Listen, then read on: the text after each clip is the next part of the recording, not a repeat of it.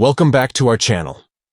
In today's video, we'll show you how to allow friends of friends to comment on your Facebook posts using your PC.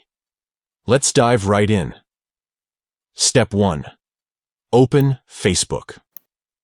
Launch your preferred web browser and navigate to the Facebook website. Step 2.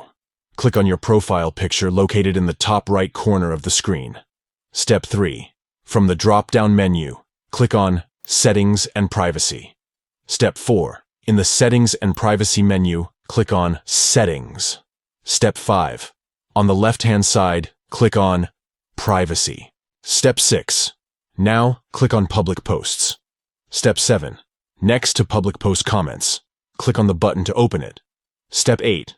Select Friends of Friends from the available options. That's it.